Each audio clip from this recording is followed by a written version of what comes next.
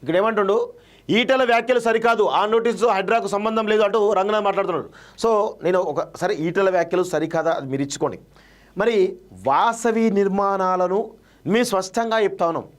వాసవి నిర్మాణాలు ఏవైతే ఉన్నాయో అవి చాలా స్పష్టంగా చెరువులలో కట్టిరు. మరి వాటి గురించి మీరు ఎప్పుడు చర్యలు తీసుకుంటారో చెప్పాలి. ఎందుకు మీరు కాంప్రమైజ్ అవుతున్నారు రంగనాథ్ గారు? వీటిపైన చాలా సమాధానం చెప్పాలి. వాసవి కానీ ఇలా చాలా రకాల కన్స్ట్రక్షన్, పెద్ద పెద్ద బడా బిల్డర్ల సంబంధించిన కన్స్ట్రక్షన్ అన్నీ కూడా పెద్ద ఎత్తున చెరువులలో, ఎఫ్టీఎల్లో, బఫర్ జోన్లో ఉన్నాయి. మీరు వాటిపైన చర్యలు తీసుకోవడానికి ఎందుకు వెనకడు వేస్తూ ఉన్నారు? మీకు నిజంగా చిత్తశుద్ధి ఉంటే రండి, పోయి చూద్దాం వాసవి నిర్మాణాలు ఎక్కడున్నాయి, పూర్వ మ్యాప్లు ఏమున్నాయి, అవన్నీ తీద్దాం. వస్తారా? నిజాంపేటలో చాలా స్పష్టంగా చెరువులో ఇప్పటికి కూడా కడుతున్నారు. దానిపైన మేము స్టోరీ చేసినాం. మీరు వచ్చి చూస్తారా? చూసి కూలుస్తారా? మరి ఎందుకు దానిపైన వెనుకడుగు వేస్తున్నారు?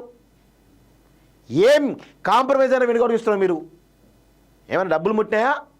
ఎందుకు కాంప్రమైజ్ అవుతున్నాం? నాకు అనుమానాలు వస్తూ ఉన్నాయి. మరి హైడ్రా అనేది ఈరోజు తీసుకురావడంలో రాష్ట్ర ప్రభుత్వం చాలా మంచి పనిచేసింది. ఇది అందరం కూడా అప్రిషియేట్ చేయాల్సిందే.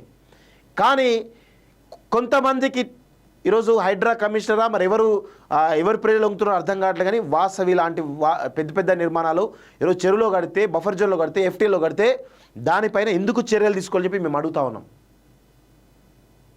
దానిపైన సమాధానం లేదు. మరి ఓల్డ్ సిటీలో ఆ ఓవైసీ సంబంధించిన కాలేజ్ చెరువులో ఉంది. గూగుల్ ఇమేజ్ కూడా కనబడతా ఉన్నాయి కదా. మరి దానిపైన ఎందుకు చర్య తీసుకోవట్లేదు? పల్లారాజేశ్వర రెడ్డి సంబంధించిన అనురాగ్ యూనివర్సిటీ ప్రభుత్వ భూమిలో కట్టని చెప్పేసి చాలా స్పష్టంగా మేము చెప్తా ఉన్నాం. మరి దానిపైన ఎందుకు చర్యలు తీసుకోవట్లేదు? ఇలాంటి చాలా అంశాలు కూడా ఉన్నాయి. మీరు ఈటల రాజేందర్ కామెంట్స్ మీరు ఖండించవచ్చు, చేసుకోండి, ఓకే, పర్లేదు. కానీ మరి వీటిపైన మేము ఖండిస్తూ ఉన్నాం కదా, వీటిపైన మేము ప్రశ్నిస్తూ ఉన్నాం కదా. మల్లారెడ్డి అనేకంగా ఉన్నాయి. మల్లారెడ్డి సంబంధించిన దుర్మార్గాలు చాలా ఉన్నాయి. మరి దానిపైన ఎందుకు చర్యలు తీసుకోవట్లేదు?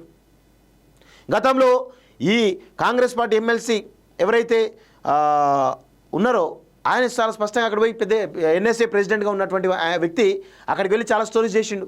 మరి దానిపైన ఎందుకు చర్యలు తీసుకోవట్లేదు? సో ఇలాంటి చాలా ఉన్నాయి. రంగనాథ్ మీద కూడా చాలా రకాల అనుమానాలు మాకు కలుగుతూ ఉన్నాయి. సో ఇంత మరి ఎలా దీన్ని తీసుకోపోతారో ఏందో మరి వారికి తెలియాల్సిన అవసరం అయితే ఉంది. విదేశాల్లో ఉన్నత విద్యను చదువుకోవాలని అనుకుంటున్నారా? అయితే వెంటనే ఫ్లైగ్రాడ్ ఓవర్సీస్ ఎడ్యుకేషన్ కన్సల్టెన్సీని సంప్రదించండి. మీ విదేశీ కలలను సాకారం చేసుకోండి. ఫ్లైగ్రాడ్